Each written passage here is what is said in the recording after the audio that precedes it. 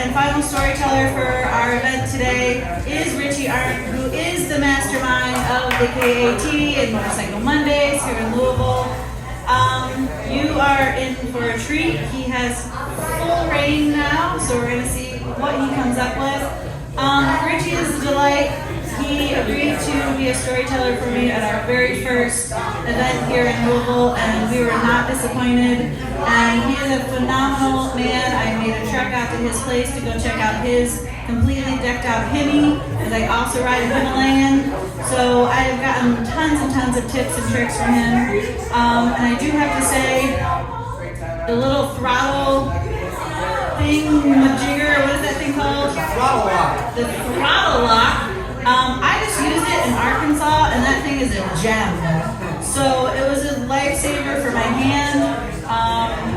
We'll buy one from him today. It is amazing. Please welcome to the stage Richie Arndt from ADV Dual Sport.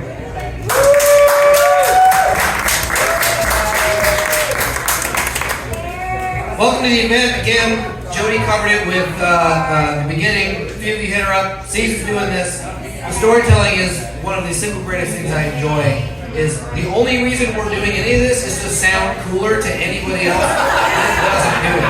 So Season is just really facilitating us feeling better about ourselves.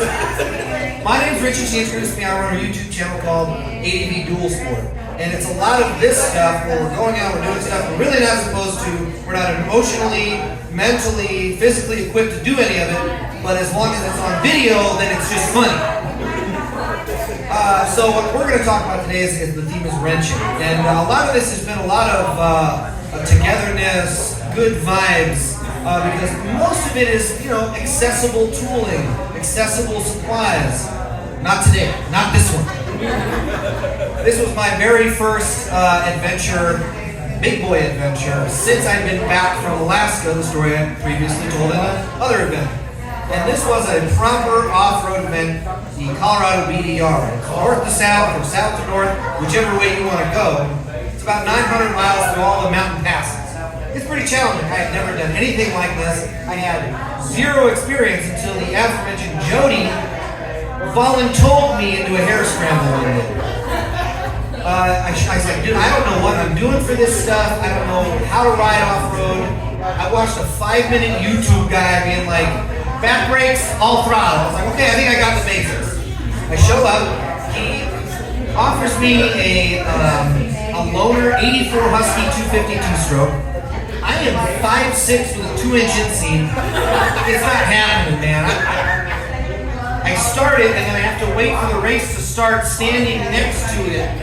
Go, and then swing the leg over as I go. Stopping was not an option. I was like, if I fall, the race is over. I can't get back. So we fast forward through that. That's not the point. That was all of my off-road experience. Fast forward maybe a month or two, one of my best friends, one of my only mentors that I look up to, very rare, my ego is huge, Nate Eversole invites me on this Colorado BDR. At the time I had a pretty bad maxed out VTR 250, knobby tires, hand guards, modified. Absolutely horrible for off-road. Looks real cool in a parking lot. Had to ditch him. I say, I haven't got enough money for a brand new CRF. I'm too short for an Africa Twin. So I find an 88 NX 250. Very rare, very capable. Immediately fall in love with it. Still don't know how to ride in it. So we trailer out there. We pull all 3 bikes between the 3 of us, very good friends. And a 2000-something Honda Civic with a trailer full of dual sport bikes. Everybody in their big mono trucks going by looked down on us. Swear to God, we ran into the same guys on the trail. We're just blasting past them on the road. So we show up, and we unloaded the bikes the night before. We said, in the morning, we'll suit them up, we'll get them going, we'll head out. Well, the problem is, I said an 88, it's carbureted. They're not very reliable. I had owned the bike for maybe 2 weeks and just puttered around on the trailer ride there. Come to find out, the 30 years of gummed up shmoo that was just hanging out in the bottom, being left totally alone, was now just to move about the cabin inside the carburetor. So we all get geared up. It's a little warm. We're ready to go. So, okay, here we go. Start the bike. All right, kill switch is on. What's got a kickstand from here? At the same time, I think I'm the only one realizing this. There's a brand new BMW GSA 1200 right next to me, strangely having the same problem. And he's looking at me. He's here at my bike. I don't know if it was some kind of telekinesis thing, telepathy. We knew that the race was on. He felt like a complete tool that he showed up on a brand new GSA that does not run, unrelated to our group, not our friends, nobody we know. Him and I are making contact. I was like, roll the tool mat out, let's go. Both bikes are relatively fair bikes. There's much plastic, there's a lot of to-do around all the stuff that you really need to get at. So the race begins, we start taking stuff apart. The parking lot looks like somebody had thrown a rock at the glass house. There's shattered stuff everywhere, there's parts, there's screwdrivers, that bike did not go back together the way it came apart. I promise I've got GSA screws in this NX thing, because between the two of us, the screws fell everywhere. We figure out the carburetor, we get it clean. Boom, cool. This guy needs a computer to fix his GS. We beat him. That's the first part. I said, oh God, thank you. It would have to be such the embarrassment that I held up the group. I was like, okay, I am now what I'm going to refer to the rest of the story, and note this. Hashtag, I'm not worried.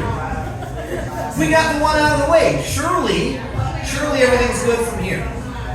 So we get that. We've beaten the BMW. These guys, we've been playing hopscotch this whole week of riding through all the mountain passes. Between their failures, our failures, their inability, our ability, all week. We love seeing them go by. Still have no idea who they are, never introduced ourselves. I don't even like people, man. Don't talk to me. But we were still enjoying the camaraderie and almost unspoken competition. So now I'm hashtag not worried. We've got the repair out of the way. I was like, cool. Every adventure needs a little failure. Otherwise, it was too easy. If it's too easy, it's not adventure. So then, our next task for this trip, we're coming through, and these trails are all like early West mining cowboy trails. Nate in front of us is a little XT250. We notice he's a little low on tire pressure. We pull over. We're in the middle of nowhere. We're in the mountains by now. He pulls out, I swear to God, one of the nails that they put Jesus up with. This thing was like 8 feet long. Someone had hand-hewn this thing from a piece of iron ore. It's huge. It went straight through the back of the center line of the tire. Because it was so long and he'd been riding, it just kept jabbing the inside of the tube. We didn't know what we were doing. We bring tubes. We had this shitty little $5 tube patch now. It looked, by the time we tried to put this tube back in, it looked like a kid trying to shave his face for the first time. There's patches. There's patches on the tire. There's patches on us. We put it in. It is almost holding air. We didn't bring a pump. We didn't bring a hand pump. All we had were these really cool CO2 cartridges that we got sold on big time. So that when you go, it's just gone. Like, oh, 3 should be good. We got 3 bikes. What's the worst that can happen? Put all 3 in there. You can just hear it. I was like, man, we gotta go now. I was like, you go. We'll get all the shit and catch up. So we get there. We get into town. We find a local dealer, a local dude. Have to. Boom. Next problem. The cool part was, that wasn't my fault. I'm still good. I'm still good from the earlier fuck up. So again, we're hashtag not worried. Because we still got 4 days of riding. This is day 1. Car problems, tire problems. Okay, cool. Now we've got the repair done. We've got a flat tire on an adventure. I'm like, that's cool. Let's be doing the thing. We're going to fast forward to 2 days of really cool riding. The story's not about the riding. By all means, get an adventure bike, go off-roading. Not about the ride. It's about the repair. 2 days later, we're in a cabin in the middle of the mountains. It's beautiful. We wake up, you can smell the alpine in the air. It's amazing. We go to get ready, suit up, and when you're doing like adventure riders, especially me, because I was new, full Power Ranger suit, man. You got the pants, the jacket, the gloves, the helmet. You are geared to the nine. And it's getting a little warm. We get ready, and I hear it again. No. You gotta be kidding me. Still not worried this way. Oh, it's just a car. We clipped all the zip ties that we used instead of the bolts. Easy fix. Get all the panels out. Car looks great. That's not good. We dribble a little gas down the intake. For those who don't know, you don't need a carburetor to make the motor run. Dribble a little gas down the intake. Nothing. Zero. And I was like, hashtag now I am worried. This is worry. We're in the middle of nowhere. You can't, back then it wasn't, we had Prime in major cities, so you could get a part the next day, maybe 2 days. Not in BFE, Colorado, at 14,000 feet. It's not happening. I was like, oh fuck, what do I do? I don't want to be the dude that bought the old bike and now I have to get a trailer. I was like, I'm fucking broke, dude. I can't afford the guy with a trailer anyway. I think I just live in Bear Camp, Kentucky or Colorado. I don't know where I was. This is just where I live now. Then the adventure spirit kicks in. Again, my mentor, Nate, at the time, he's like, we can fix this. We get a little bit of internet. We get a local coffee shop that has Wi-Fi. They say, if you are hitting your starter button and your tap doesn't jump, when you're using the starter button, your ignition has taken a shit. An ignition from 1988. You find a little bit later that I learned the term cold soldering. Failure, vibration, all of the things we've been doing all week separates all of these individual contacts on the back of a circuit board. I am a dumb motorcycle mechanic. You said circuit board and I shit myself. I was like, okay, I guess I'm out. And he said, no, we got this, bro. We just got to get into it. I was like, what do you mean get into it? It's a circuit board, dude. What is this, Tron? I'm in the grid now. I can't do this. We don't have any equipment. So we sit down, we're looking, they show us what we are looking for. He's like, if you carefully take a Dremel and cut the back of the ignition box out, and then pull all that. I was like, I am in a cabin with a 10 mil wrench. We take the ignition box out. I began to sit on the ground like a 5-year-old and rub the corners of my ignition box on the sidewalk to sand away the edges. Peel the back out.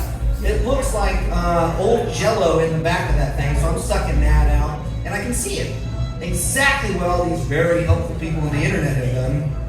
I want us to really all appreciate right now the power of the internet. Listen, all the people that came before with us, they were just like, fucking fix it anyway. We can just Google it now. Suck that up and use it. Don't talk down to people that are using the Google. Just fuck that. We can ride more. So we get it apart, and we can see this is our problem. We have cold solder joints. You can just see a little ring around every little solder joint. I'll say, okay, let's go down with the ACE. We'll get a little solder gun and see what happens. We go in. This ACE has a hand-painted ACE sign, a bunch of snacks, 2 pairs of pliers, a box of nails, a hammer, a hacksaw. That's like the whole store. I was like, man, I don't think we're going to get soldering together, man. I was like, hold up. All we need to do is heat up this very specific joints, correct? He's like, yeah. Do you sell propane torches? I said, yes, we do. Here you go. There's $30, $40. I was like, would you sell me 1 nail? I don't know if you've ever looked at an ignition circuit. There's about 300 of these little bastards on there. We took all that stuff home, our 1 penny and our 1 propane torch, go back to the cabin. They go out to dinner, and I'm just on the porch. Heat up the nail red hot, touch 1 connector. Heat up the rail, 1 hot, 1 connector. Red hot, 1 connector. You can see that the solder is spreading out, reconnecting. Don't make it spread out too far. As I'm doing this, my friends have come back. We're all laughing. We're like, not worried. We're back to not worried. We got this in the bag. This guy rolls up in a brand new Tiger 800. He's got the Aero Stitch suit. He's like, he rode by casually through town, and you saw his head immediately twist off his body. He saw what we were doing. to turn around and say, that's not gonna work. My buddy Nate, he's like, I'll bet you 20 bucks it does. I'm like, guys, I want to leave. Can we not do this here? He hangs out. We become best friends. He eats dinner with us. We share our food. We share our stories. I get done. My hands hurt. I'm like, I can't hold this nail anymore. Play a pair of pliers, something like that. And he goes, like, if this doesn't work, I have a trailer. I'll come get you. And I was like, okay, cool. I am done with this shit. We put it in. Starts right up. Dude shit himself and then proceeded to ask if he could come with us the rest of the trip. Yeah! And I'm pretty sure it's because he wanted to see it fail so he could do right.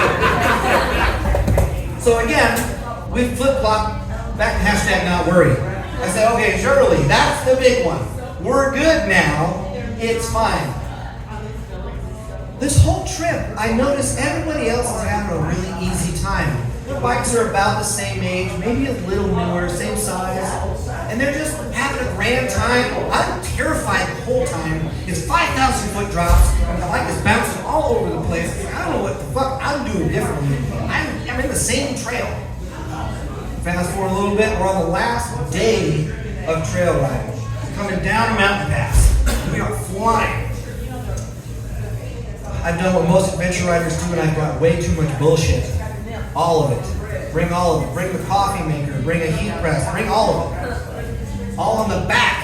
I haven't been smart enough to realize that you can put stuff on the front of motorcycles. I'm like, well, that's where the rack is. That's where all the stuff goes. If there's 100 pounds of bullshit on the back of this 88 NX250, I'm not paying attention to any of it. Cruising down this mountain. And it's mainly dirt roads. And as we come up, the Jeep is passing. Has no idea we're there. Almost creams us, dodge out of the way, goes straight through a pothole. Bam! That was it. Because I heard the, do you guys remember if you ever put like a pop can in your wheel on your bicycle to make it sound like a street bike? I heard that sound after the pothole. And I felt the bike kind of struggle a little bit, like a brake was caught. I was like, I wonder what the fuck that is. And as I don't even have to look behind me, as I casually look to my left, I can see my tail light pointing that way, and I can read my own license plate. I was like, man, that looks a lot like my stuff. Oh my God! It's all pointing the other direction, and I look back to my right, and there's nothing. I'm looking at the top of my rear tire. I pull over, and I had been way too into it. I was way ahead of the group. And I pull over, and I stop, and I'm just like, I just broke my fucking motorcycle. What the fuck do I am hashtag again, I'm worried now. We still have to ride another 200 miles on the trail and another couple hundred miles back to the trailer. So I'm sitting there, I'm having an existential crisis. I was like, surely this is it. This is the straw on the proverbial camel. And my buddy calls me and goes, what's the matter, man? I mean, it's there! You can't see it. He goes, I was like, yeah, oh shit, what are we gonna do? We proceed to just kind of wrench the rest of the last tab of the frame off, pull the whole thing off the back. Tool roll comes out again, we instantly disassemble the whole back end into its individual pieces. We're talking frame rail, subframe, all the lighting, all the little bits and bobs and cans. We had cargo nets with us that we weren't using as a backup in case we got cheeky souvenirs. Well, with all the repair, we didn't have time for souvenirs. They held the parts to me as they put the cargo net around me so I could wear the back end of my bike. They didn't have it around the road. Everybody's sitting regular. I'm not carrying that shit. You got too much stuff. I was like, wow. We have footage of this where I am cruising down a highway with just shit all around me. I will not be defeated. So we make our way into one of the bougiest towns I have ever seen. It's a place called Telluride, Colorado. If you look up gentrification in the dictionary, it's here, Telluride. These people have no fucking clue what's going on. They don't know what year it is. They don't care. We roll in and we're like, we had the assumption we could roll into a mountain town, find anybody with tools, not a problem. Nobody. They don't even know what a welder is in this place. You go into a hotel, they're like, we don't have any repair shops. What do you mean under repair shops? People just break down and live there forever? What do you do? We've given up. I was like, I'm just going to have to wear all my bullshit all the way back. I don't care. We're done. As we're walking back from dinner, cruising along, you got all these beige buildings, all these beige people. There's this one broken down little shack with a little garage shack next to it, a couple of old dogs, and it was like the beginning scenes from Up, where all the buildings have sprouted around it. And there's just one grumpy asshole man just standing there, waiting for people to be grumpy at. We can't help but notice his little shack garage is practically a full shop. We're talking grinders, welders, clamps, tools. We're like, oh shit, I gotta talk to the dude. So we roll up and I was like, hey man, like, we're adventure riders. We really need some assistance. My bike broke in half. Didn't even ask what bike it was, what the problem was. He goes, tomorrow, 11 a.m., don't be late. Okay, cool. We proceeded to hashtag not worrying him and went and rode the trams. It was National Tram Day in Telluride. So we just got on the trams and got wasted all day. 11 a.m. felt a little worse than I thought it would the next morning. I was like, oh, fuck, the Up guy's going to be mad. We bring him a sandwich. Always bring somebody a sandwich, they get less mad. So he rolls in and he's being real grumpy. Just a grumpy puss about everything we're doing. And he starts to measure and cut stuff. And I was like, hey man, like, you don't need to do that. He goes, what do you mean? Like we can do it. He's like, what do you mean? I was like, we can weld it. Like, we can fix it. He goes, oh. All these fucking Beamer guys make me do it for them. So he kicks back in the chair, instantly changes his attitude. Yo, back in 1852 when I first moved here, I've tuned him out, man. It's the Iron Man scene. I'm in there, I got shrapnel in my chest. Like, I am not staying here with this guy. We find he has some thread all, we just shoved in the frame. And by welding equipment, he had like the first stick welder. Just like, the last time it was used, they were putting the Titanic together. I was like, oh, it's doing more damage than good. And I was like, it's in one shape again, cool. So we messaged the guy, he's like, yeah, I'm the last guy here. I was like, no, I can see that, man. You should probably move. They want to give you a lot of money for this shit. So we get there. And I'm like, okay, hashtag not worried again. The bike is in one shape. I've shifted some of my luggage forward. We're finally off trail. We're getting ready to go long distance now. We're going to blast highway all the way back. Now, there's a couple problems with that. Colorado is at an altitude. Your bike has about half the power it does here at sea level, which is awesome. It's already at 250. It's already 30 years old. So I'm not looking forward to it. My bike's broken in half, the ignition's kind of, like, now we've got like 500 miles back to the trailer. I'm like, okay, we're gonna pull over to the gas station, we're gonna air up our tires. I was like, what, are you low again? Or did you hit it? And I was like, no, we've been running off-road pressure. And I was like, can you tell, what was that, a little bit louder? Off-road pressure, what the fuck do you mean? In my brain, I was like, you want the tires nice and stiff so the fingers grab everything. No, that's the opposite. It tries to kill you every rock you hit.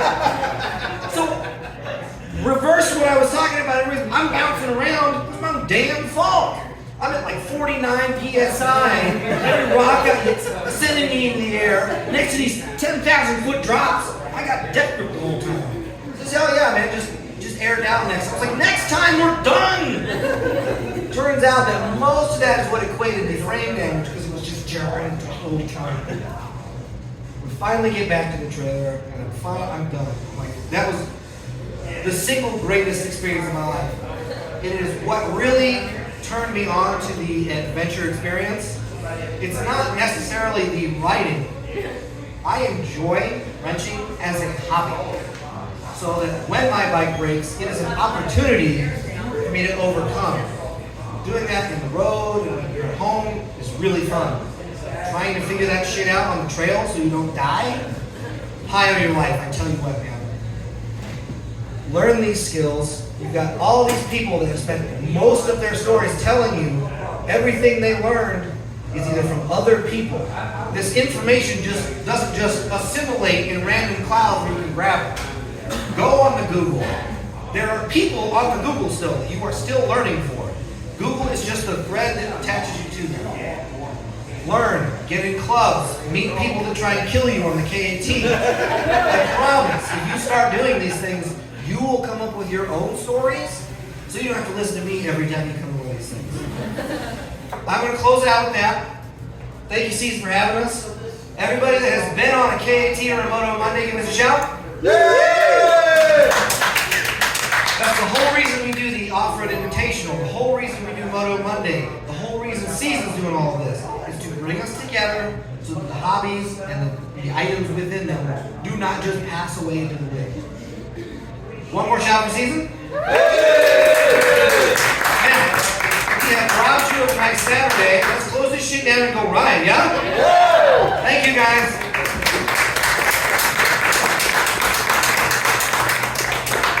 Can we get a hell yeah for Richie, please?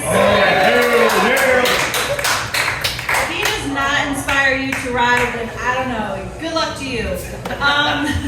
So, thank you all for really coming out. We've had an amazing set of storytellers today. We've started out with Joe telling his stories of getting into dirt bike racing, and please go check him out. I can't wait to see him at Middo this upcoming summer. We had Cricket and Lewis telling us their beginning stories. We had Caitlin telling her story of getting on the KAT, which sounds insane. And of course we have Richie telling his tale of riding through Colorado, which I have ridden Colorado, but not on those roads, and I have been to Telluride. It is a special place. It's good for a quick trip, that's for sure. But yes, it is still beautiful outside, and I'd love for you, if you got here today on 2 wheels, to head home safely.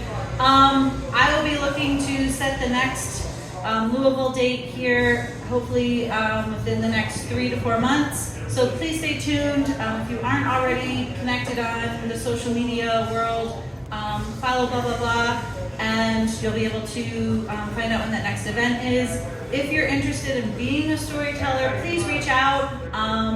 Would love for you to get up here and tell your story. It really is just about collecting them from folks, because I was just discussing this weekend. The human history is oral history, and there's nothing more important than getting those stories collected and shared. And now we are of a digital age, so we collect these stories digitally, which means sharing them on things like YouTube and social media and things like that. So that's the whole purpose of Blah Blah Blah Motorcycles, is to get you to tell your tales, so they're kind of just there for other people to learn from, much like using YouTube for wrenching, which I do use. It's a fantastic resource. So thank you all so much for being here today. I super appreciate it. And go enjoy yourselves, go make your own tales, and tell your stories. Thank you.